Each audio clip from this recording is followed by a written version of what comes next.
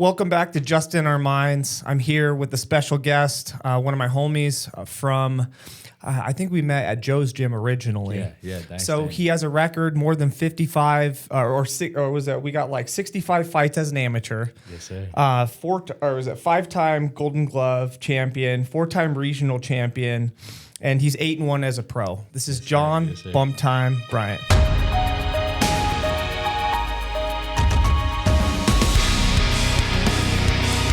One of my favorite fighters, I would say, on the local circuits, or because I grew up with boxing from an early age. Like my grandpa, which just passed away, was grandpa by marriage, so they're both Latino. Yeah. My uncle married my aunt, and so like I just was in that community since I was born. And he was a 4-time Golden Glove champion, and Fernando Vargas used to come through Santa Barbara and train with them, and and they were nonprofits. Same thing as underprivileged kids. That's what they went for. But that grimy boxing mentality is like my favorite. That's why I love going into Joe's and stuff. Yeah, it's like rough and rugged. It looks like a boxing gym. Rounds on rounds, right? Rounds on rounds. Oh yeah, that's real. That is real. Luckily today we don't have an extra companion flying around. That was interesting. Did you guys have a fly last? Yeah, it's usually because this is open or this is closed, but with construction and stuff going through there. Yeah. Well, with you here, you'd been like, That's how we were trying, but But yeah, man. So what got you into boxing? Where'd you start? I love your story. Okay. You've told me a couple times, bits and pieces of it. So like, what got me into boxing, man? So we'll start off like exactly like how it all unfolded. The origin story. So when I was younger, I got raised by my great grandma actually, and after she passed, I would say, because she passed the day before my 13th birthday, just my life was like it was perfect, bro. In school, sports, popular, and then. What's your ethnic background too, so I can get an idea of your great grandma? Filipino and white, okay. But she was a white lady. Okay. I got raised by my white side. Cool. I was just curious because I thought it was a Filipino, but I just know that can be strict. Oh yeah, especially the Filipino side. Yeah. But man. After she passed away, she passed, and then it was just like, okay, I have to live with my parents now. Either my mom or my dad. They're both separated. My dad lives in Louisiana. My mom lives in Washington State. Like, it was just rough. So different schools, jumping around. And then it was just like my life was perfect. And then it just went downhill. And I was like, well, damn, now I got to adapt to situations, stuff like that. So, I just got into a lot of fights. And, in high school, I was fighting a lot. In junior high, I was fighting a lot. You grew up in Washington, correct? Yeah, Washington State, yeah. And so I was just like, one of my girlfriends at the time, my son's mom, actually, Stephanie, she was just like, hey, like, you should really, like, try to do something with this. Like, you're good at fighting, which I thought I was. Right? Yeah. Right? I thought I was. Yeah. And I was just like, yeah, you know what? Like, I could do it. Like, and that's the thing. I never thought I would be a boxer. Crazy enough that I'm a boxer now, I thought I would be an MMA, like UFC champion. Like, I really thought I was going to go into the UFC when I was younger. And because, I do the backyard fights with MMA gloves. That's right. Other than boxing starting at 4 up, it was fun to box. Like, we, back in the day, you called it UFC. You didn't call it MMA. Yeah. That's what I called it too. Yeah, and I'd always get to go up against some of the bigger football players and stuff. And people would be like, what the? Because I wasn't my size now. I was small. Oh, you're beefy, bro. I'm not bad. I think I'm like 207 right now. Yeah, damn. Bro. But I wasn't in high school. I was one of the smaller guys, and like kind of. And then but you have these big dudes, and they're swinging like crazy retards and it's like straight down the line. And so that's basically like how it came about. And then she was like, yeah, let's get you in a gym. So I was like, I'll check out some gyms, like whatever, right? So I went into a gym, and first day went in there, of course, like any guy out the street, I was like, yeah, I want to spar. I want to get in there. I was like, they're like, okay, yeah, right. we'll throw you in there. And it was like in this garage, like literally just a garage, smelled like gasoline, like ripped up gloves, stinky old gloves. And they're like, yeah, go ahead, get in there with this guy. And this kid was probably a little bit bigger than me, but I'm like, oh, this guy is he's like a nerdy kid, you know? And I'm like, oh man, I'm about to dust this kid, right? I'm about to dust him. And I got humbled real quick. First time stepping in the gym, this kid can really fight.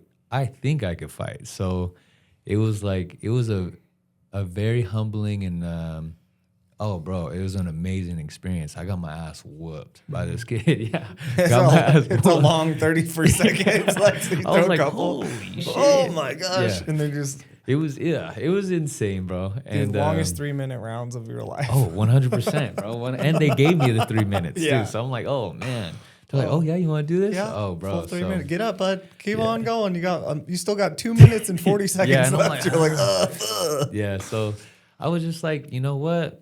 I'll never let this happen again. I was like, dude, I thought I could fight, and that was like the defining moment. Like, I want to be a fighter, and it was just like, yeah, we're not. It's the fork in the road, right? Like you're either gonna go for it or you're not. Yeah, and I started training at this gym, and they didn't let me get a fight for like 8 months, and then my first fight, it was a Golden Glove fight. They said I had like 5 fights at the time or 10 fights at the time I had to have. And yeah, I was 18 and I was like, okay, yeah, my first fight's a Golden Glove fight. I've always wanted to be a Golden Glove champion. Like, perfect. Everybody talked about Golden Gloves. And I didn't know much about boxing. So I was like, oh yeah, I'm going to be a Golden Glove champion. Took my first fight and got my ass beat, man. First round, whooped the kid. Whooped him, bro. And my second and third, I didn't even throw a punch. Like, I didn't know how to lose weight. I didn't know how to do anything right. So it was rough for me. Mm-hmm. And then, yeah, at that moment, I was like, yeah, boxing's not for me. I'm not going to be a boxer. So I quit. I actually quit. And quit for 9 months, bro. And so, yeah, crazy. And then came back, was super embarrassed. And then I had all my friends and family there. And super embarrassed. And I was like, you know what?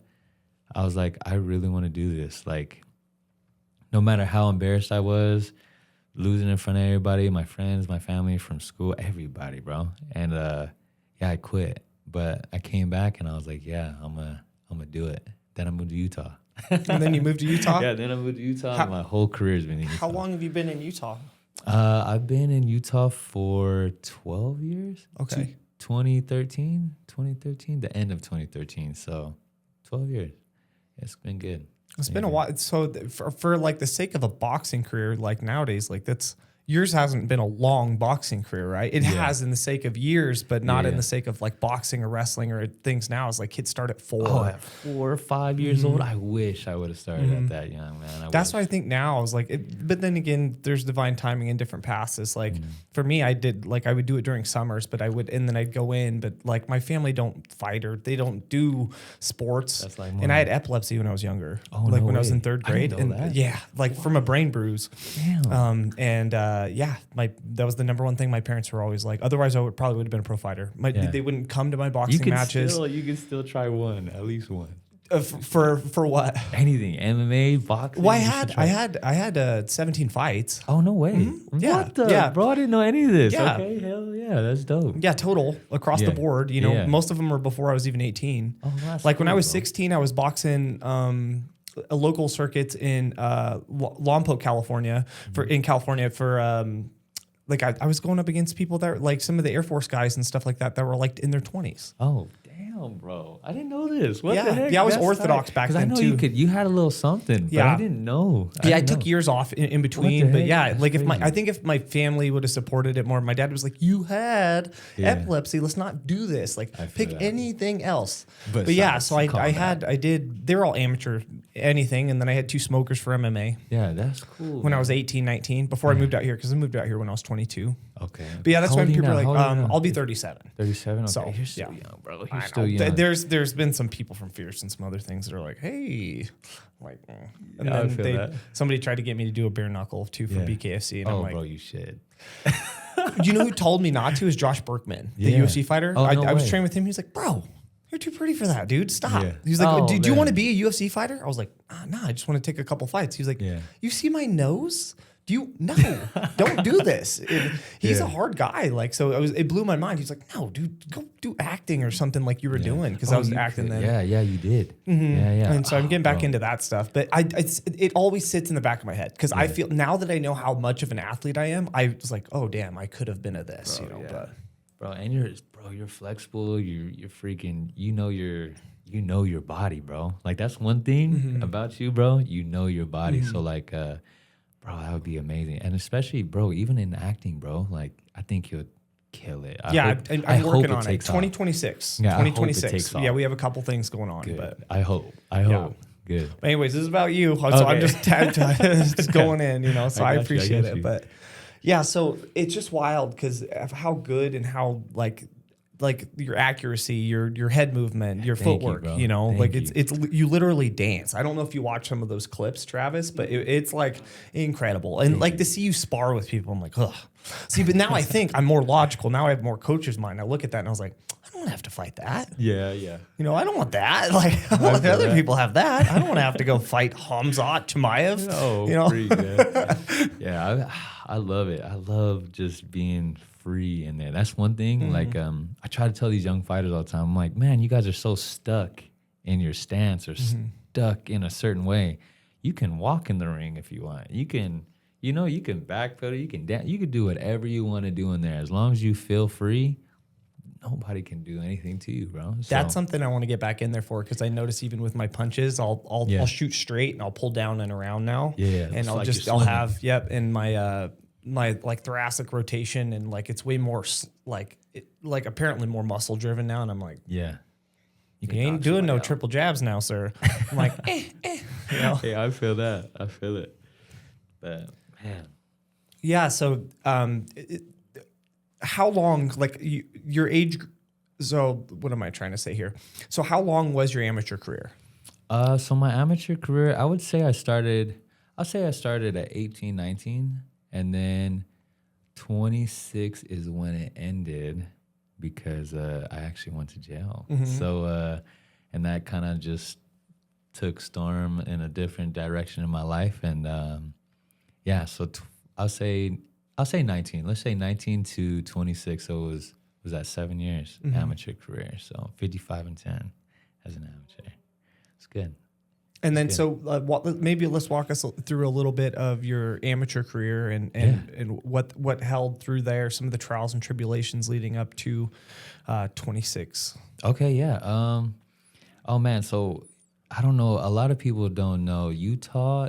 Well, maybe a lot of people know because even at these national tournaments, when I tell people I'm from Utah or I'm on the Rocky Mountain National Golden Glove team, people would actually like shit on me, bro. People would like other teams or people would be like, oh, you're from Utah? Oh, we're not even worried about you. I'm like, what are you going to be, bro? Wait till you get in there with me. But the starting of my career, man, I don't know if you guys heard of One Hit MMA. One Hit. Yeah, One Hit. My third day in Utah, I moved to Utah, and I was like, okay, I need to find a gym. Like, this is what I want to do. I need to find a gym, and I looked up MMA or boxing gyms, and first thing that came at One Hit MMA. Walked in there and was like, hey, I know Aldo. I know. I just met Aldo. I met this one dude named Jesse Padilla. He goes by Pablo now. And I talked to them. I was like, hey, Pablo, if I could train here for free until I get a job, I would love to. I was like, I'll spar anybody in here. And then they made me spar Casey Radin. Shout out to him if he watches this. He's on the Olympic team and everything now. Okay. Like he's a beast. But at that time, I don't think he was that great with his hands. But shout out to him. And me and him went toe to toe. And Pablo was like, yeah, you could train here for free. And then I met the owner, Aldo, and he was like, you're not going to do MMA? I'm like, no. I was like, I'm a boxer. And he's like, can't train here, buddy. And I'm like, damn. So I had to find a new gym in Utah. And that's what made me run into JC Villastrigo, my very first boxing coach in Utah. And it was a good run, man. I went 8-0 with him. And then some things went on. He wanted to go fish and do other stuff with his life. He didn't want to coach really much anymore. So I was like, okay, I need to find a new gym. And so I ran into JD, Julian Stevens, and he was my whole amateur career after that was with Julian Stevens. And yeah, it was kind of rough, man. You know, working full, 12-hour jobs, sometimes 14, 16-hour jobs, and going to the gym. Dude, I grew up around that, doing roughnecking and stuff like that, onshore drilling, and still having to make it to the gym after that. It's like, and some people are like, "Oh, well, I ain't got time. I don't got the time." But if you really want it, you'll make the time. Like I try to tell all these people, like these amateurs now, they're like, "Oh, well, I don't got time. I can't get there." If you really wanted to make it, you'll get there. You know, so. Yeah, it was pretty rough, man. You know, I working those jobs, going to practice, going to the gym to cut weight, doing all this stuff, and learning how to cut weight, learning how to take certain supplements, learning the technique, being bruised up and sore, going to work. Yeah, you've been through it, so like I'm like, damn, dude, like this shit sucks. Then I had like my daughter. Oh, Nova. I love you. But yeah, I had my daughter, had my son during my amateur career too. So it's like, damn, dude, now I got kids. Now I got to make more money, but I got to invest my time into my boxing. So like, never really had time to like go to the clubs, party, go to house parties, hang out with people. My whole adult life has just been boxing. So that's basically like all I know. Like people are like, "Hey, come hang out." I'm like, dude, I don't hang out. Like I'm kind of a square. I might look like I go out, might look like I go, and I might be like vibrant and like talk to people and smiling, but like literally, like I'm a homebody. I'm in the gym. I'm home. If I'm not home, I'm working. If I'm not home, I'm with my kids. So. Or it has to be some sort of transition into boxing or something supportive, you know, like something, dude, like PT or something like that. But I mean, apparently I partied hard. That was one of my issues over the years. But I grew up around it. Like some of my brothers and everybody else, they drank and stuff. So that's what I thought was to be a man was to be you could drink, party, fight, do all these things, you know. Yeah. But it is interesting too, because I'm sure there are things that you're like, what time are you saying? Like, okay, in between, I get out of boxing at 8. I could probably go there for an hour and then go home. Yeah. Or something. But literally. Yeah. No, I think that's great. Like, and that's where you see the difference between like the champion mindset, like, the Kobe's and the LeBrons, or the, getting into boxing. You have the Floyd Mayweathers and the Mike Tysons. And you see the difference of what happened with Mike is when Customato died, then he's lost. Yeah, he fell off. And that's, you see the difference between somebody that can keep their everything in their iron sights, or that's real, they fall off. That is real. Unless you're Floyd, they can go to the bar and hold a water and looks like he's drinking and then run home after. And then run home. Yeah, dude. So if you can find the balance there, like, I don't know if you've ever read any of like this 50 Cent books or anything like that. Have you? So like there's the 48 Laws with Robert Greene. 48 Laws of Power. Yes. So there's the 50th law. It's their collab book. Yeah. And that one, he talks about like 50 so analytical. I didn't know. Like, I mean, apparently he's successful, but like he go to clubs and he only has like sparkling water, but he looks like he drinks. Even his Ciroc, or no, not Ciroc, whatever his is. He has an alcohol. It's not Ciroc. He did use a Ciroc, but anyway, so he talks about going out, but he would go out specifically for this reason. So like, I'm sure once you get to a higher level, you might have to go do this or that, or for publicity. But no, it's just interesting to see the different levels of like the psychological balance between a pro and an amateur in a pro circuit. Yeah, like even like when I was amateur, for example, I was 20 during like 21 to like 23, maybe. I'll say 24. Like I would go out. I've been to the club like 5 times in my whole life, maybe 6 times, and like I'll be there. I love to dance, man. That's one thing. I love to dance, even in the ring, right? I love to dance. I love like good vibes. I love everything. But when I would go out, right, I'll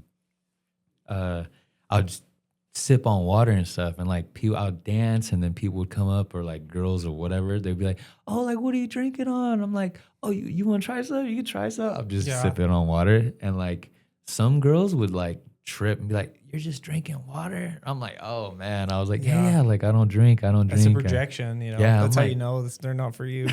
like, well, damn, dude. I was like, sorry. I'm doing something. I thought I was doing something right, but you know, it is what it is. Yeah. So, but yeah, those were some of the things. And as an amateur, man, just I just think working and going to work, and then going to the gym, taking care of everything, like just life, you know. So, but you can always push through it. I try to tell everybody. So. Well, it's interesting too because from you not partying and not really having a nightlife for the trajectory of where you went, for the hustle of where you came from, you know, and it makes sense. You're probably just trying to make extra money and working 12 hours and boxing not hitting the way you were hoping it would. Because I know a lot of people duck you. Like there's a lot of fighters that duck you, and it's been that for a long time. Amateur career too, right? Yeah. Amateurs, when they go to the tournaments, they have to fight me. But yeah, like that's very true. Yeah, but in Utah and stuff like that, like even around states, once I beat everybody, they're like, "Well, I'm not gonna fight him again," or if I beat him up bad or whatever, they're like, well, I'm not fighting him. And I'm like, dude, can we get experience? It's just experience, man. So yeah. Yeah. So after amateurs, you're out. You go into pro. Yeah.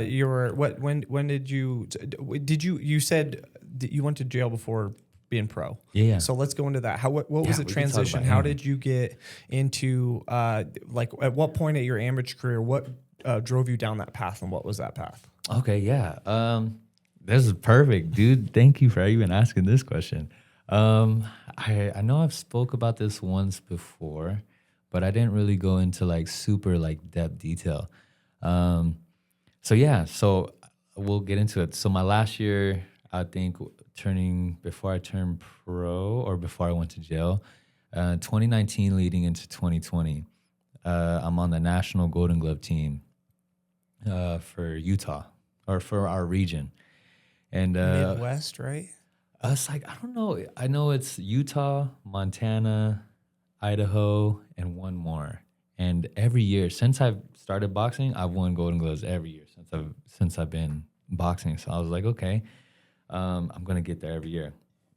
And a lot of people that don't really know boxing like that, like I can be like, oh, I'm a 5-time Golden Glove champion. They're like, oh shit, like you're 5-time Golden Glove, but I'm not a national champion. So I can be 5-time state. You know, I could be a regional champion, but national champion is really like you are the Golden Gloves champion. And so, yeah, man, I was just chasing my national titles. And, you know, I started older. I didn't start at freaking 4 or 8 years old. So my very first nationals, I was like, oh, man, I'm fighting these. I only have 6 fights. I'm fighting the dudes that have 200, freaking 150 fights. They're comfortable. They've been in these big environments, 4 rings going on at the same time, know what to listen for. I was like, oh, man, I'm going to get whooped. And I just didn't have the confidence at the time. But as I got there, and my last national tournament in 2019, I had all the confidence in the world. But who did I fight in my last tournament? I know I fought Fernando Jr. I don't know if that was my last year though. But anyways, I lost. I don't know who I lost to in my last national tournament, but I lost. And then I was going home with the team. I was the last one on the team to be I got bronze that year. And I was like, okay, dude, I'm doing everything right. Like I'm working, I'm boxing, I don't drink, I don't smoke. I'm doing everything right. Like what am I doing wrong? So at the airport, when the whole team is going to be flying back to Utah after we all got whooped, there's a scout from split team management. And I guess at this time, and now I've talked and know more people and know the business, man, he was signing everybody at that time. And I wish I would have just took it and went pro. But he's like, hey, like, you're John Bryant. I was like, how you know me, bro? Like, what the heck? I know these boxers know me, right? And it took me a long time to like get that Bumptime name, right? Get my nickname and really stick with me. And like I remember going into like weigh-ins, for example, and people like, who the fuck is this guy? Like this tall, lanky kid, skinny kid, like I'm about to whoop him. To when I'd step on the scale, like judges or fighters be like, oh shit, that's bump time. Oh bro, oh my God, I freaking love that shit. Like I was so hyped when I would hear, you know, the murmurs and all that stuff. Oh man, that's bump time. Oh hell fucking yeah, it is, motherfucker. Yeah. You know what I mean? I earned this. Yeah, I was so stoked. Yeah. But yeah, man. The scout was like, yeah, like you're John Bryant. And I was like, yeah. He's like, you have this many fights. You fought so-and-so. You did great last year at this tournament. I was like, how do you know me? He's like, oh, I'm a scout. I'm a split team management. We work with like Top Rank, everything like that. I'm like, no fucking way, right? And then I was with this one fighter from Ogden. His name is, oh my God, why am I having a brain fart? He won a national champ. He's a national champ. Diego Alvarez. I was with him at the time. And then he was like, yeah, you're Diego Alvarez. You have this many fights. When are you guys planning on turning pro? I'm like, oh, man, I'm trying to get this national title so I can get signed and, get signed with a big name instead of, just going pro and fighting on these local shows. And he's like, well, John, he's like, don't go pro just yet. Come back next year, you win this tournament, and I'll sign you. And I'm like, no fucking way. Like, he's like, yeah, we'll sign you. We work with Top Rank. That's one thing. I've always wanted to be signed. I've always wanted to be signed with Top Rank or the money team. Mm-hmm. That's my thing. I've always wanted to. And so I was like, okay, I got you. And that was stuck in my head the whole ride home.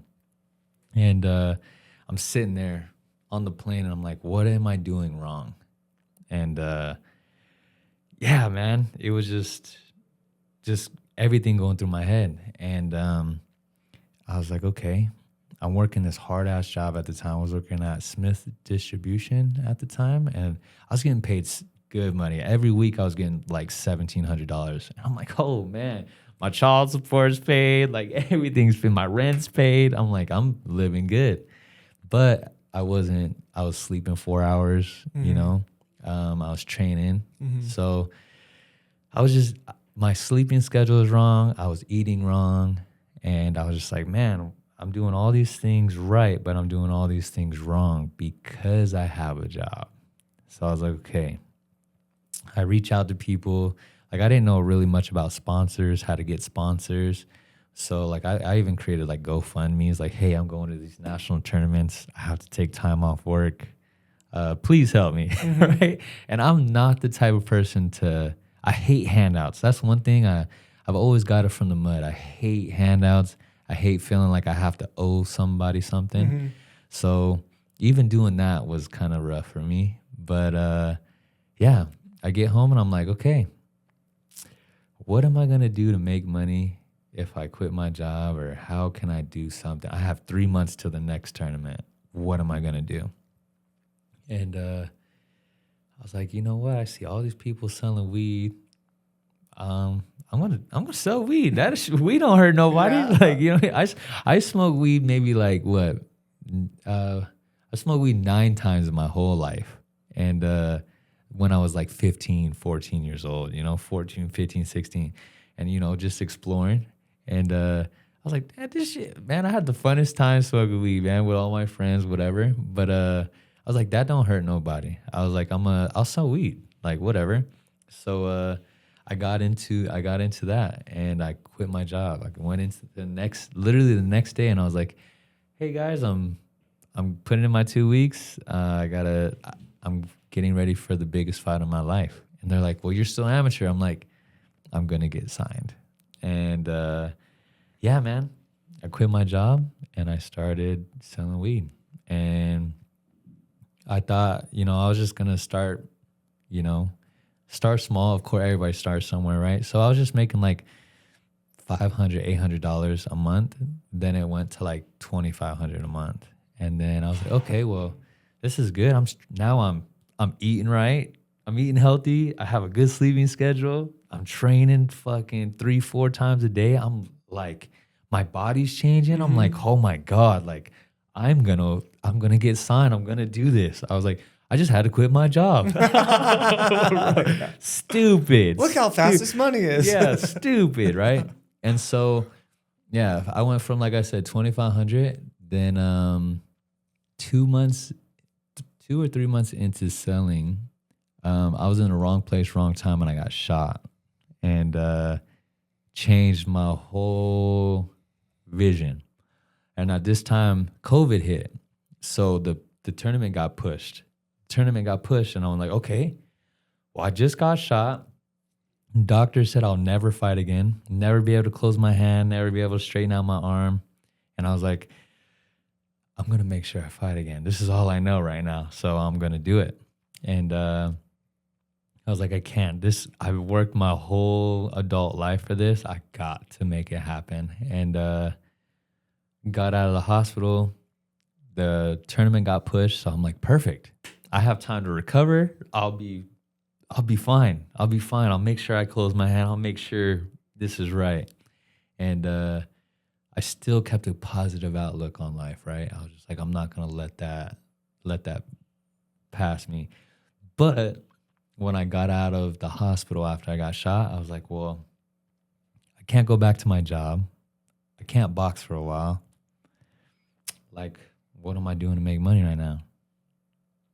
Freaking selling a drug. Well, weed, right? Yeah. I'm selling weed. So I was like, I'm gonna take it to a whole nother level. Oh my, allegedly. Yeah. So I was like, oh man, I'm gonna take it to a whole nother level. So I invested all my money at the time that I had. I think I had like 25K at the time.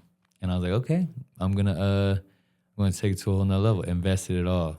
And instead of making $2,500 a month or whatever I was making like 80 to 100K. And every single month. Oh. My last 2 months, I made 100K. So I was like, yeah, right? So, oh man, I was living life, man.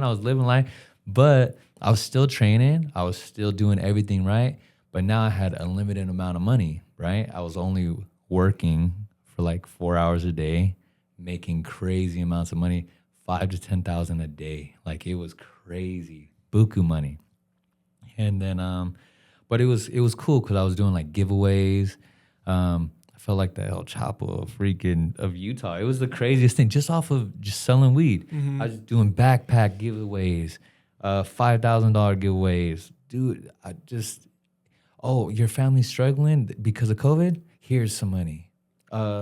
People would hit me up, be like, hey, like my family, have your mom message me and we'll handle it. Like, I'll handle it. I'll make sure you're okay. Like, your family's good. Oh man, it was so cool to be able to bless people with the money that I had. And it was a great experience at the time. But like I said, it just leads you down to a path where you don't want to go. Even though I was doing good with the money, right? I just didn't. It was a blessing to do that. But the only thing that I regret doing, because I don't regret it at all, but in some ways I do. Yeah. But because it did ruin my, you know what I mean? Yeah. Now I can't get a job. I'm a felon. All that stuff, of course, right? But being able to help people, and the only thing that I do regret is not spending it on myself. Like on my kids, yeah. On my others, yeah. But I never like got myself brand new gear I could have now. I never really spent it on myself. Or invested somewhere that the state can't grab it from you. Because I know with a bank account, they can, if it's like laundered money. Yeah, they try to get me for that. But anyways, that happened. Was there any warning signs that maybe God was tipping you off along the way? Oh, when I got shot. Yeah. And if I remember the story you told me on how you got shot, it wasn't like some dirty gangster thing that went wrong. It was you were in the right place at the wrong time for the lady, right? Yeah. I don't know if you want to go into that, but no. It's okay. But just wrong place, wrong time. And now that I look back at it, I'm like, man, God gave me so many signs, and I didn't take it. Like, to stop doing what I was doing. And yeah, man. Like I said, I was doing just fine.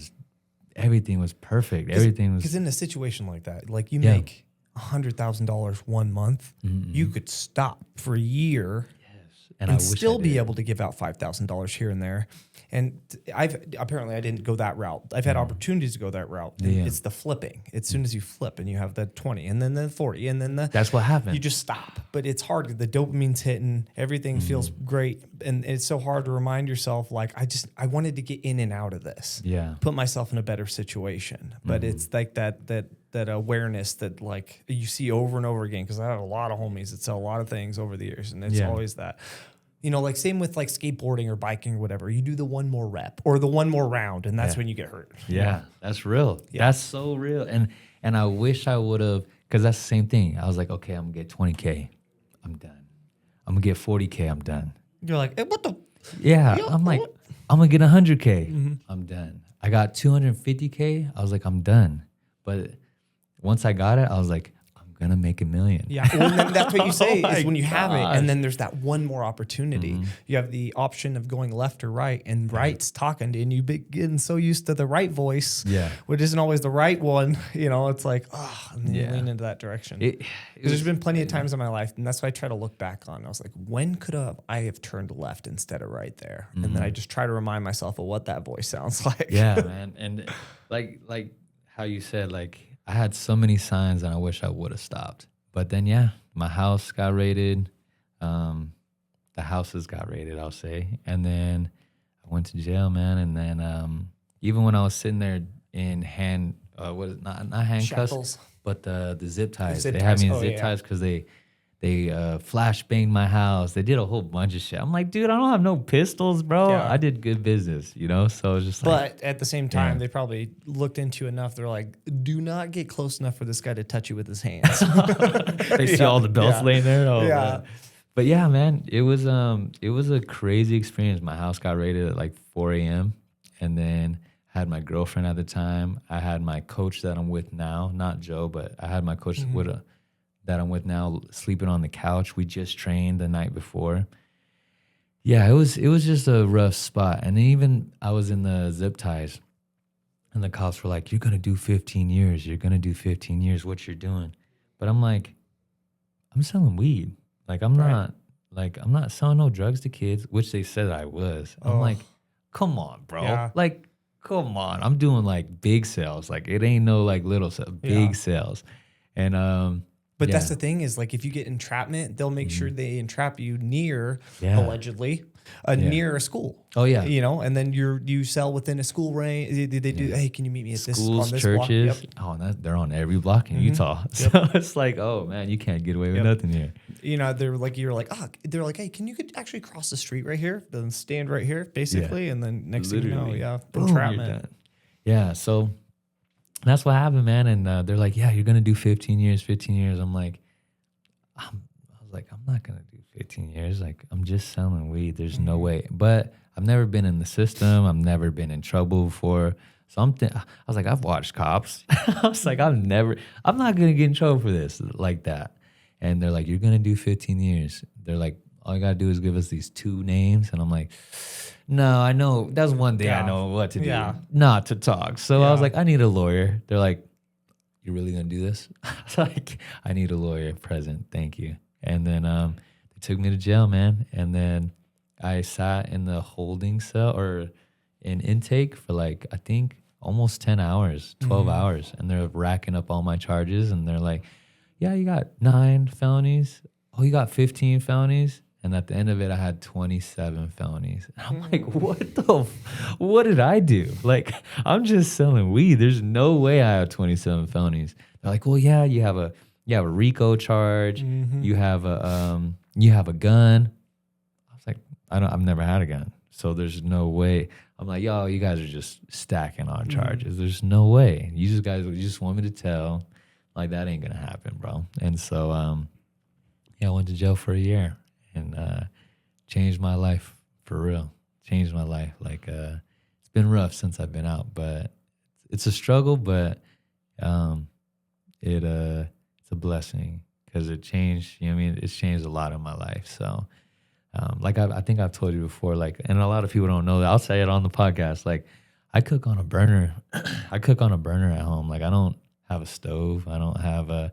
I just this year or not this year, last year, I finally got making enough money to where I can rent out a place, and I'm renting a basement out. And I don't, you know what I mean? I don't have a stove. I don't have nothing. I just cook on a little burner at home.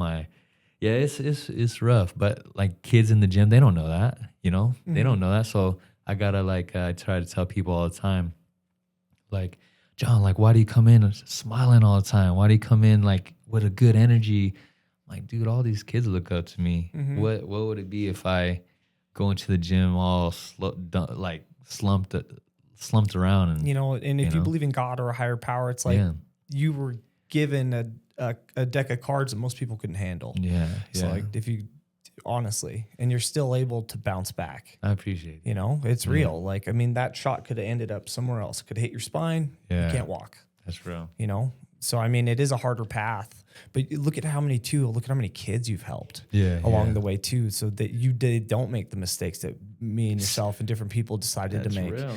And it's hard, too. I think one of the hardest things is like people are like, what is hell to you? And like to me, it's like not living up to the potential that other people and you can see in yourself. So for you, like the same concept is like, you're like, even saying that, like, I was never national champion for Golden Gloves, but you got bronze. Even then, look how many people couldn't even make it to nationals. Yeah, that's true. You know, it's just hard because you have a champion mindset. But it's just like, even if your accolades only went as far as they did now, there's so many fighters that didn't even go pro because they couldn't. They didn't have the mindset. They partied, whatever. And you see it a lot in Utah and other states too. Is like they just don't have that laser focus. That's one thing. I wish Utah had a better fight scene. For MMA, it has a good fight scene. Yeah, it's growing. It's great. But for boxing, man, there's not one person right now in Utah that can give me the work that I need, even in sparring. Like my best sparring partner out in Utah right now is Dylan, and he's not even my weight class. Yeah. Dylan Wynn. Shout out to Dylan. So. Yeah, he's a savage too. Oh, he's a beast, bro. He's a beast, man. So, he's smaller than me, but he gives me the best workout. Nobody in Utah can give me the work. So it's rough. It's rough for sure. And then for you right now, it's hard. You can't necessarily travel to all the places you want to go to get the work. You can't fly people in. Yeah, but that's where sponsors come in. But I just got to find them, man.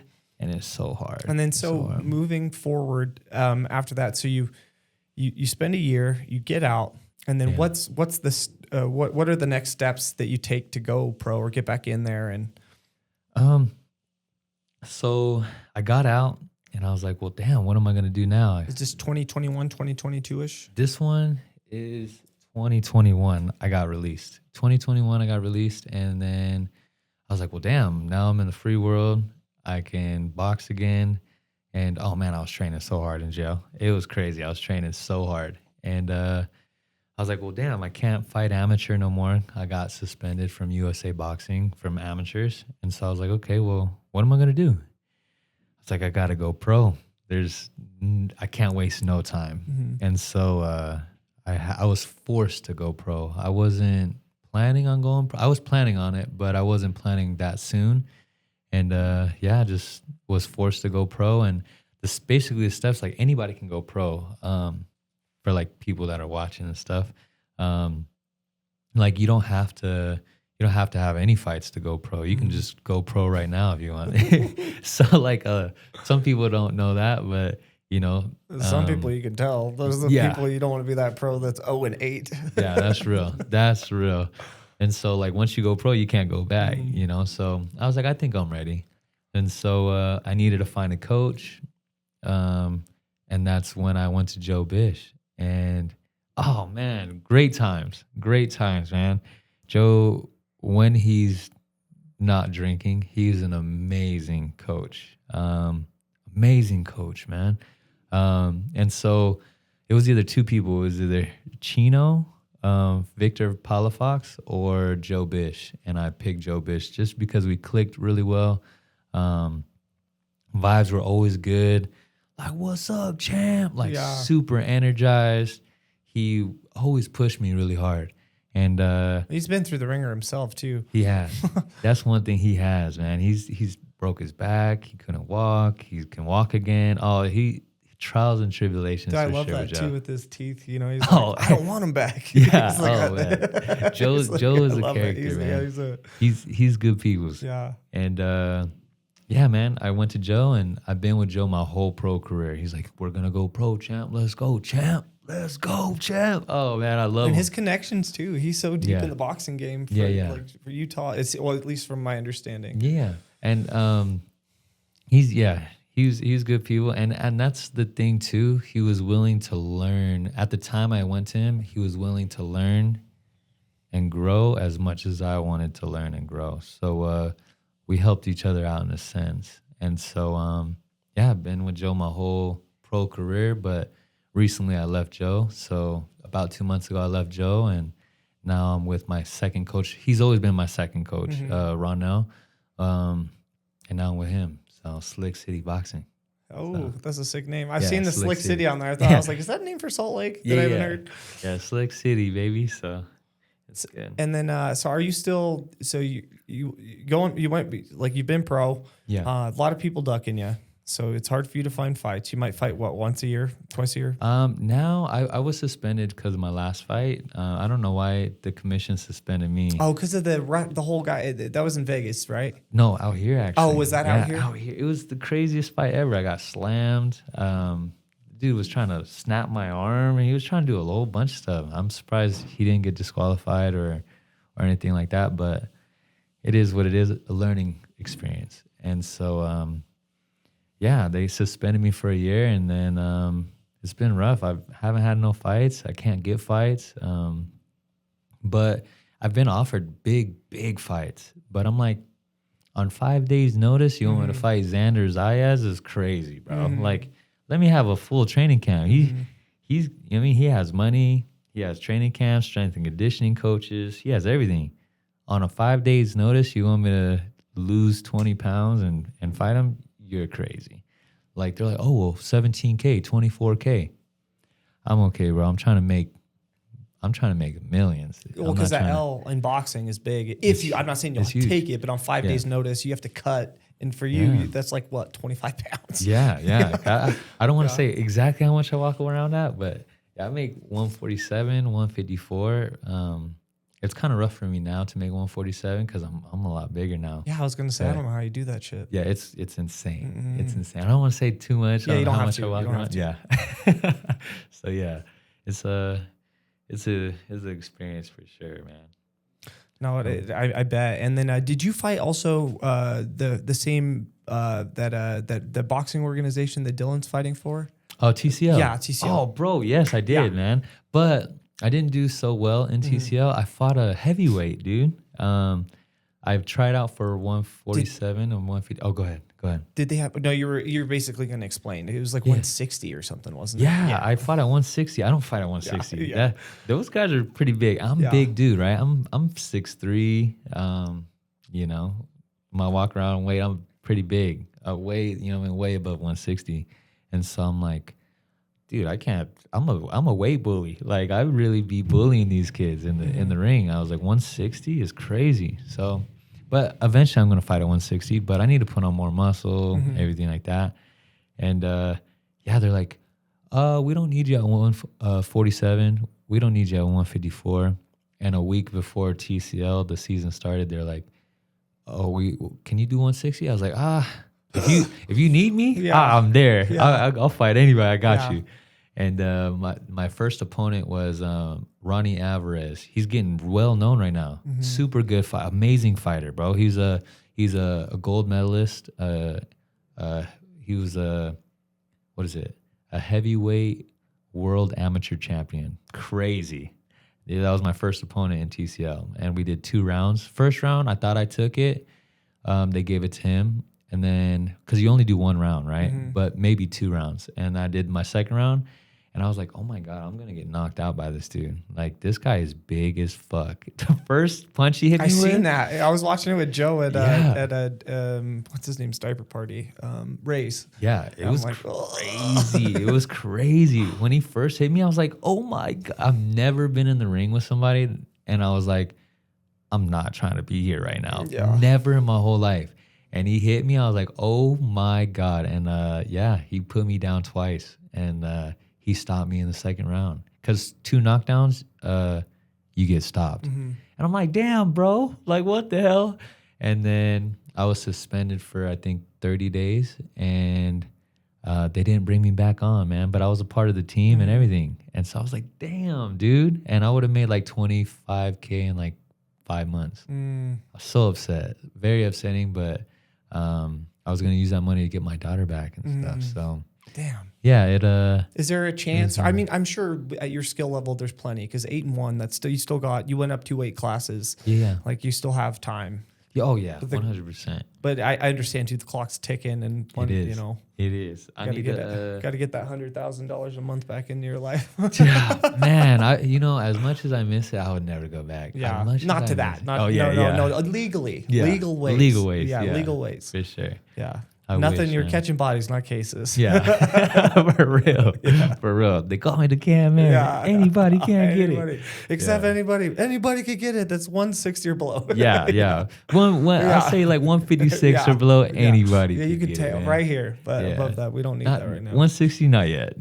But yeah, man, I'm gonna be in amazing shape this next season. I'm gonna go try out again, and oh man, I gotta make a better run. Like. Do you have strength and conditioning or anything like that right now? I was doing strength and conditioning at, was it South Jordan or Jordan? Man, I feel so bad now. It was Jordan Valley, and their strength and conditioning was crazy. I was doing it in the morning sessions at like 8, 7 a.m. And then, of course, like my regular routine, go home, eat, sleep, wake up. If I have like a call for an on-call job or something like that, go there, train, again, then go to EOS at nighttime. So it was a pretty rough schedule, but I'm not doing a strength and conditioning right now, but I'm doing my own. But if I had like a coach or something, but like I said, I don't got like the money like that. So it's just like, man, in this life you need money. So money's not everything, but it gets you where you need, so it's just, damn, I don't got it. So yeah. Well, we could talk afterwards too, but I have some opportunities I think we could fix up with you, because I have some online in-person stuff. I have a private gym that I train out of too. So we've always talked about it, but I'll make sure it happens. Yeah, so. for sure. But yeah, so what are some of the next goals for you? Do you have anything in the pipeline now? You switched gyms? Oh yeah, so I switched gyms. We're working on getting sponsors, because my gym it's like an hour and 15 minutes away. And like I said, if you want to be there, if you're going to want to make it happen, you'll get there. And I've been getting there, but it's a lot in gas money and stuff like that. But I'm thinking I'm going to start leaving my car like halfway or something like that, take the tracks, do something to where I can get there. But we're looking for sponsors for that. And then... yeah, man, I might be fighting at the beginning of December out here. Because you just didn't you have a fight in the works and then it got washed or something? Every time. So, but there's people on my team and stuff like that weren't being very, trustworthy and reliable on some things. So that's why, another reason why I had to leave the team. But yeah, man, we're getting on sponsors. My fight in December, and then I'm gonna get ready for TCL for this next year. And I promise, it's gonna be a good turnout, this one. I promise. Cool. I have a couple people too that have been reaching out to me for individuals, so maybe we could get you some sponsors that are like, it's not just like local small companies that don't have. I just need to get like an LLC or something, because I know a lot of people can't just like hand money because they want tax write-offs and stuff. So I need to really learn that side of the boxing. Dude, an LLC, and for you too, if you're offering kids boxing and stuff like that, you could do a nonprofit. Yeah. And then you can get grants and stuff from the state. That's a real thing too. Just have you could find a good grant writer, and that's a real thing too. Like there are a lot of nonprofits here, but they do it wrong. They don't do it right. Yeah, because I don't know, because with the nonprofit, because man, like that's one thing is I love helping. Even when I had money, I love Me too. Bro, it was so even cool. when I don't have money, I still give the 20, 30. It's not That's the real. thousands now, but it's it's something. it's Bro, something. It makes a difference. And those are the people I vibe with, you know, like my coach too, Bruno, and some other people. It's like there's a homeless person. If they're like, "Hey, do you have this?" I'm like, "They're like, no. Do you want an empanada or something?" We're going in there. Yeah, I'll take that. Fuck you know, yeah, dude. It's just like it's that thing. You understand, but that's the thing is some people don't know what struggling feels like. They come from up middle class, upper middle class. They've never had it all and lost it. You know, so I think that builds a different type of person because you can handle any situation, not just some of them. I appreciate that. There's a big difference. Like shit hits the fan. Look what happens. They get this veil lifted off of them and people can't handle shit. Yeah. So if you want to be the best, like, I don't know what you pray for, but if you pray to be the best warrior, this, that, and the other, it's not just fighting, it's everything. Because you look at what happens, some people lose everything. They can't make it back. That's real. And they end or whatever just else. Stop, you know? Or it's taking too long or too hard. And it's like, man. So like even me, like it's taken a long time. Like even being released from jail, it took me 2 years to make some type of money. Oh, bro, it was such a struggle. My 5-year relationship down the drain. She's like, "You're not doing anything with your life." I'm like, "Boxing will work. Just have faith in me." We separated. The next 2-3 months, I made like $10,000 in sponsors. But of course, it's gone now because of rent and everything. But it's like, but it got you to the next step. You should have just waited, you know? So it's just like, man. So it is what it is. And even now, like, it's taken a little longer. Like when we were talking when I first got here, some things take longer than others. It takes 5-10 seconds for somebody that knows somebody to see you. And like, let's just say if they're not watching your way and they're looking at somebody else, like, okay, well, this person is getting signed when this person is a world champion material. He didn't even see that 5-10 seconds. That's what I remind myself too, is the what ifs on both sides. It's like, what if I would have done this or this? And it's like, what if you died in a private plane crash right after that? That's real. You know? Or what if you didn't? And then for me too, I remind myself of like, you know, me coming into the gym in the last few times, or not few times, but over the last year. Yeah, dude, I was like I had a ketamine problem, you know, and it was like I wasn't solving it. Like I was coming in there, and I wasn't this version of me. You know, I was like a different, weird. I'm sure you've seen it. There's sometimes I was like, I think this man's on.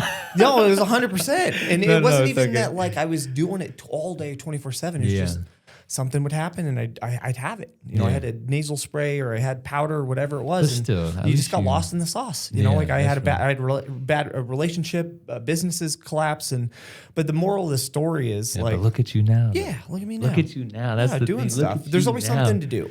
Yeah. But yeah, it's I don't even know where I was going with that. I guess I was just letting you throwing that out there. I forgot I lost the train of thought there. But it is just that. It's like being able to get back up, dust yourself off. It's the what ifs. Here's where I was going with that. Here we go. We got it. Yeah. Autism's back on track. For all the times I think of like we're going through the ketamine, this, that, and the other. Why did I get rid of? I had X amount in the bank. I had this and I threw it all away. Relationships. But I also helped like 50 to 100 people within those 2 years that I wouldn't have helped if I didn't put myself through those things. That's right. Now, is that me justifying some things? Yeah, probably. But you have a problem with you not being selfish for yourself, which we should. Nice guys finish last. Good guys win. Yeah, I've been learning that. You know, but it's, you know, it unfortunately. I don't think you're finishing last. Just your accolades alone now, most people never accomplish that. But if you really think every time you're like, fuck, why did this? Why is this happening?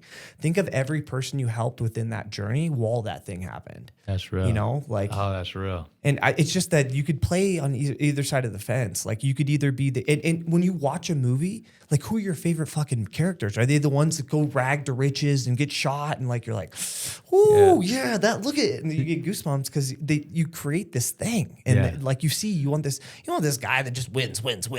You're like, it's like, come on.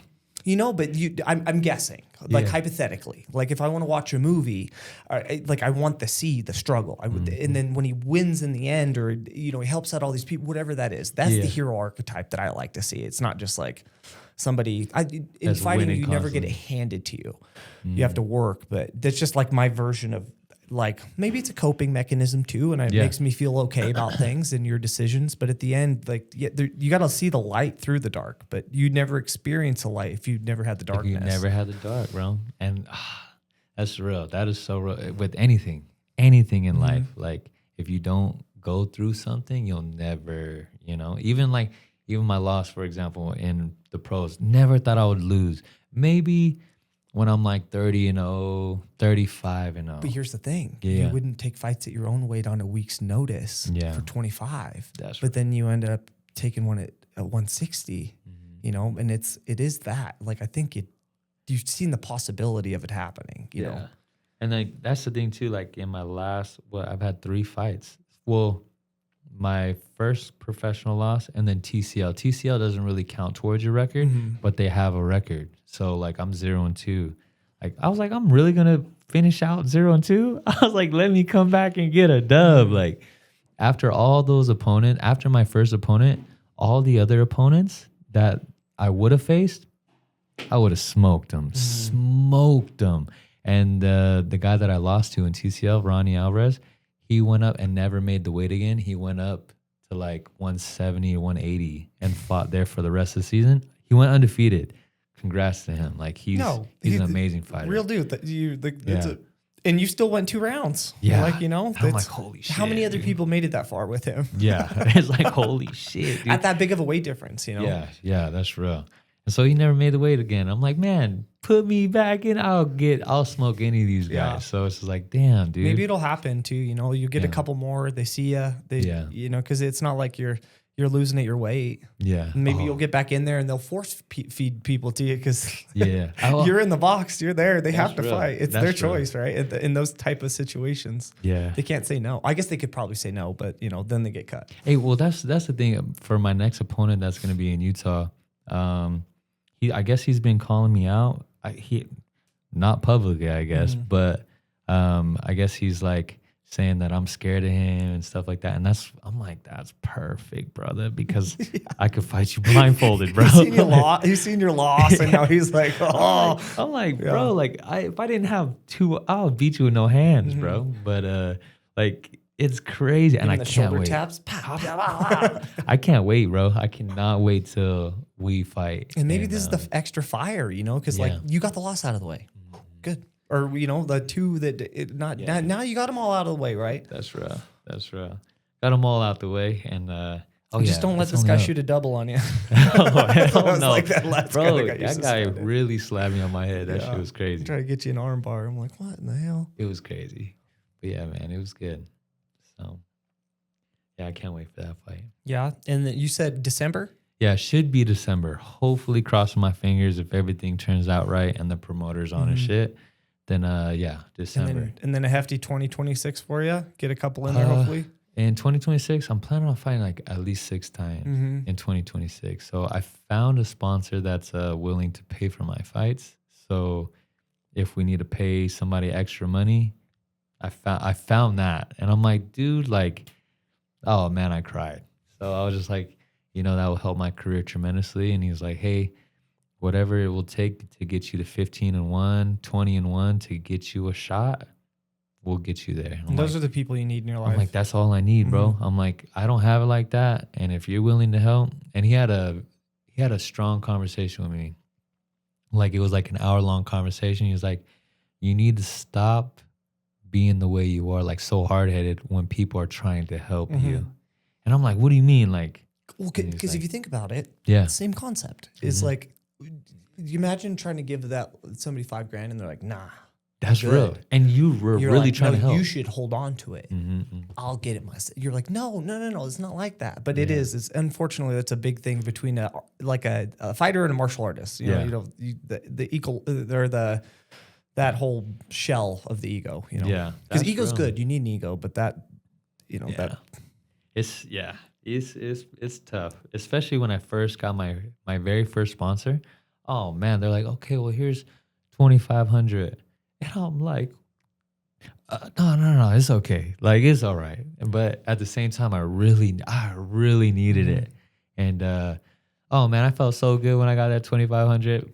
You earned money. All of it. Yeah. Look how many people you helped for free. You don't be like, hey, kid, give me $50. Training session. No, you drive. Probably you drive. I do, yeah. How much you got? Nothing? Cool. Yeah. But you earned it. It's the real. universe trying to reward you. So what I think of too is like, if you like said, if you believe in God, that's like you like slapping God in the face because he's like, here's this. And you're like, nah. Yeah. Oh man, that guy, he had a very stern conversation with me. He's like, you really like, if I'm trying to help you, take it. Like, Yeah. take it. It's the same feel concept. bad. Sometimes too, it's like that thing where you're like, oh, please God, help me with this thing. He's like, all right, I'm gonna give you this. You're like, oh, please, just anything. He's like, I'm trying to give you this thing. Here you I'm go. trying to give you this thing. Yeah. And yeah, it's just I've got, just take the check. That's real. That's so real. So I'm working on that. Yeah, that's okay though. That's a good place to be. Yeah. Because then once it means a lot more than people that just expect things, you know. And I feel like, but then again too, some of those people that are stubborn and like are so good in business and things like that because they just all they see is that, you know, the one in front of them and they grab everything they can. But it's a lot of 9 times out of 10 that doesn't make the most genuine people, and they take more than they give. That's and bro, you know that's so real. They get to the top. They get to the top, but you know it's not the top of the mountain I'd ever want to be on. That's real. Me too. Me too. So you know, there's karmic debt with taking something and not providing. yeah. You know, and there's a lot that goes into that, or taking more than you can handle, or whatever that is. But I don't think you're there. I think you should definitely. Yeah, I need to take a little bit, I guess, because yeah, it's hard. It's hard to. But you got a great story, man. Like, Yeah, so whatever thank you, you're such a good guy. Like, it's fun to see you light up a room, you know, and you do that in and outside of the squared circle, Thank you know, Thank you. or square circle, the ring. the ring. Yeah. The squared circle's the octagon. I'm like, what am I talking about? It's okay. It's the all ring. right. Yeah. Yeah, it's all right. But yeah. So in closing, what are 3 things? And I'd love to have you back on after your fight too. Maybe we can talk about that. Whenever, yeah. Because there's a lot more I'd like to dive into. But in closing, what are the top 3 things you'd like any kids, the audience members, anybody listening to want? Sorry, brain fart there. Things that you could give them for maybe tools or skill sets or whatever that is that you think are the most needed things that people should hear from you today. Just the first things you think of. Oh man, okay. And then you can look right into this camera here. 3 things. I'll say most definitely be yourself. That's like the most important thing is be yourself and don't change for nobody. Whether it's fighting, whether it's whatever it is, like be your genuine self regardless of what anybody says, because that's what makes you for you. Take the help.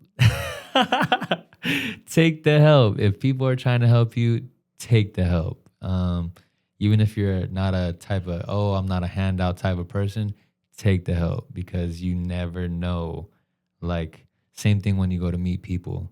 You never know who you're going to meet, never know how that help is going to help you in the long run. What else? Third thing. Let me see. Let me think of a good one. Third thing for kids or anybody listening.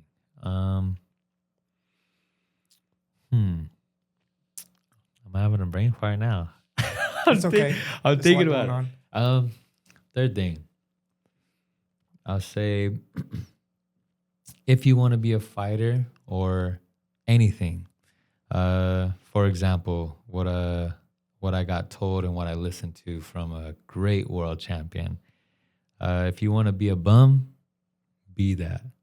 If you want to be a world champion, be that. For example, if you want to be a drunk, be that. But never shy away from who you truly are. If you want to be a world champion, make sure you're doing everything it takes to be a world champion, not just half-ass it. If you want to be a bum, you don't want to make no money, be that. You know what I mean? So that was like some good words that I got from a world champion. So yeah, be that. Whatever it is, be that, and be reputable. So yeah, be something people would look up to. So it was good. No, those are great. Yeah. Dude. Thank you so much for coming on the Dude, podcast today.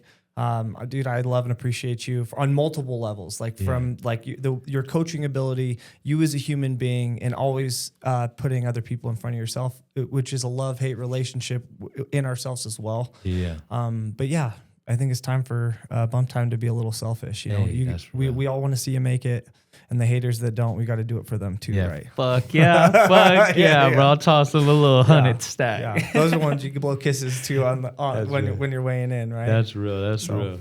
I appreciate you. Yeah, for real. I appreciate you guys letting me come on here. And thanks for being vulnerable and opening up. Yeah, we always try to find those stories that most people and those questions that most people won't ask. So that's real, bro. Have me on here anytime, even about anything other than boxing, whatever. Yeah, let's do it. I love it. I love it. And I'd like to do some fighter podcasts too, to where we can have multiple different types of fighters, so we can all shoot the shit and stuff. But that'd be cool. And in closing, another thing, number 4, never go for easy money. It never ends well. I've been there. He's been there. I'm sure we've all leaned into things that we shouldn't have, so. That's real. This is just in our minds. Remember, open your hearts, listen to your intuition, and get out of your heads. Have a great day, everybody.